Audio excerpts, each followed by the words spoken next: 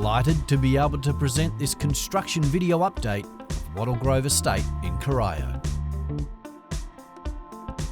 The estate is progressing really well, having had the titles issued for Stage 1 and works on Stage 2 ahead of schedule. Here you can see North Wattle Crescent and Montview Court.